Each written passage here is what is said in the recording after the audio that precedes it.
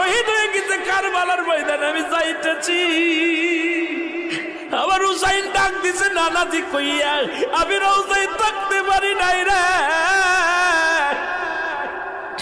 আমি হুসাইনের দেখার জন্য নবীজি রওজা থেকে উঠা গেছি।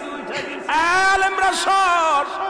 ইবনে আব্বাস বলে আমি স্বপ্নের মধ্যে দেখেছিলাম আমার রাসূল ডাক দে বলে, মক্কা মদিনার মানুষেরা রে আর ঘুমাস না, আর তোরা ঘরের মধ্যে থাকিস না। আমি নবী রওজায় ঘুমাইতে পারি নাই, কান্না সহ্য করতে পারি নাই। ওদিন আমিও ফাতেমার নদীও না আমি সহ্য করতে পারি নাই। আমার হুসাইন যখন ডাক দিয়েছিল না নাজিয়া মুহাম্মাদ